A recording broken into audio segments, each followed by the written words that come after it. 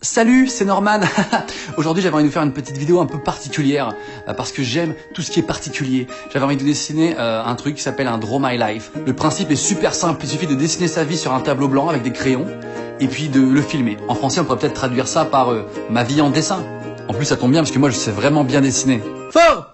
Alors voilà, moi j'ai grandi ici dans les favelas.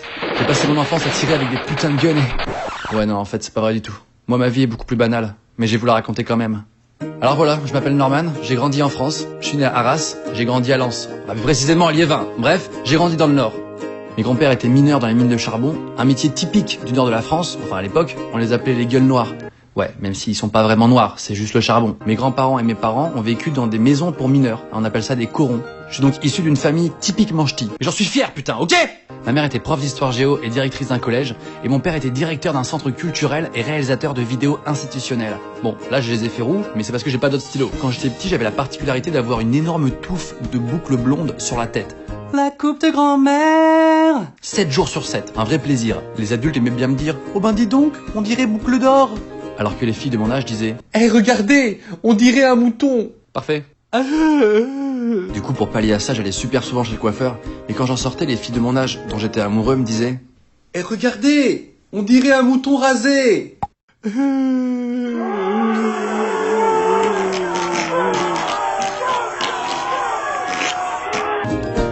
Des fois, mon père ramenait à la maison la grosse caméra de son travail. Ma sœur et moi, on n'arrêtait pas de s'amuser avec, on faisait des petites vidéos marrantes. Ding! Eh Daphné, si on faisait une sextape, j'ai la voix du vieux dans les Simpsons. Mais Norman, c'est pas possible, voyons, je suis ta sœur. Ça marche. Ouais, j'étais en train de faire la voix du mec qui mue parce que, à cette époque-là, j'étais une sorte de gros adolescent, qui pue. Avoir une grande sœur, ça a des avantages, mais aussi des inconvénients. Par exemple, ma mère aimait bien recycler des vêtements de ma sœur en me les faisant porter. Eh vas-y, je veux pas, moi je suis un garçon. Moi j'ai un zizi, ok? Mais elle me disait toujours, mais Nono, t'inquiète pas, ce sont des vêtements mixtes. Ok. Et puis le lendemain, j'allais à l'école. Eh regardez le mouton, il a mis une robe. Et je vous signale que c'est un vêtement mixte, ok? Enfin, une sorte de robe mixte. Jetons-lui des pierres.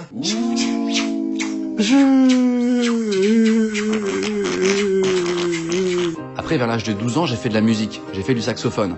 Alors ouais, c'est un instrument super classe, mais seulement quand tu en fais super bien. Norman, tu peux me jouer un petit air de saxo? Ouais, carrément. Tu fais trop pitié. Je te supprime direct de mes amis MSN. Et j'ai même été scout catholique de France. On dirait pas trop un foulard de scout, là on dirait plus un stéthoscope. Bonjour, je suis médecin. Sauf que quand j'allais chez les scouts, je me faisais taper par les grands. Eh vas-y, passe-moi ton foulard, ou ton béret, ou ton iPhone, mais ça existe pas encore, bonsoir. Jusqu'au jour où ma mère est intervenue. Eh vous deux, vous lâchez mon fils direct, sinon je vous démonte. Aisé.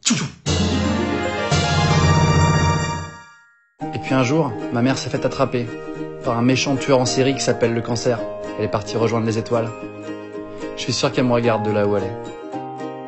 Ma sœur, mon père et moi, on est venus s'installer à Paris. Et ma France est de plus en plus dégueulasse. J'ai passé mon bac, avec mention, pas de mention. Et là, je me suis mis à jouer à un jeu vidéo en ligne, un MMORPG, pendant 2 ans non-stop. Et puis j'ai redoublé, et puis j'ai retriplé. Pendant ces 2 années, j'ai quand même fait un truc pas mal.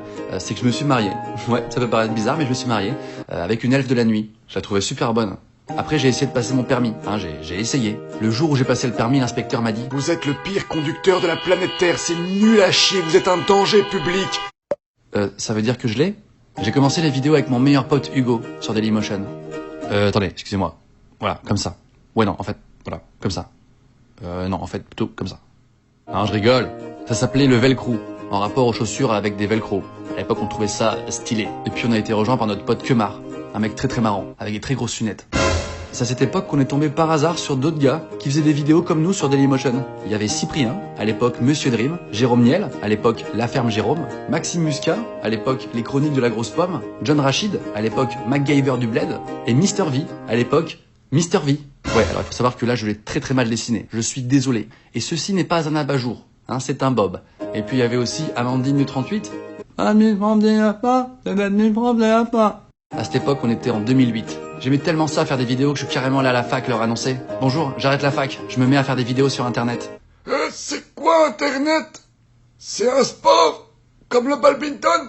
C'est aussi à cette époque que je me suis rendu dans l'association Chat des rues. Parce que moi j'adore les chats depuis tout petit, j'en ai toujours plein. Je me rappelle, j'en avais vu un qui était super beau, roux, avec un style un peu de pirate. J'avais envie de le prendre, c'était lui que j'allais prendre, et puis tout d'un coup il s'est mis à...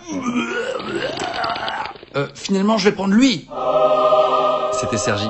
Oh non, pourquoi moi? Je n'ai pas de cerveau. Et puis un jour, en revenant d'un cours dans un club de ping-pong, je me suis dit, tiens, si je faisais une petite vidéo pour raconter ça, et tout seul cette fois. J'ai mis ma vidéo en ligne sur le site YouTube, et là j'ai fait le buzz. Pourquoi? Parce que je suis Van Damme. Je suis aware. En parallèle à mes vidéos YouTube, je me suis même mis à faire du one-man show. Exactement la même vibe que dans mes vidéos, mais sur scène. Certaines personnes me reprochent de trop souvent remercier mes abonnés, de trop souvent dire merci à ceux qui me regardent. Mais ces gens-là ne savent pas, et n'imaginent pas à quel point les internautes ont changé ma vie.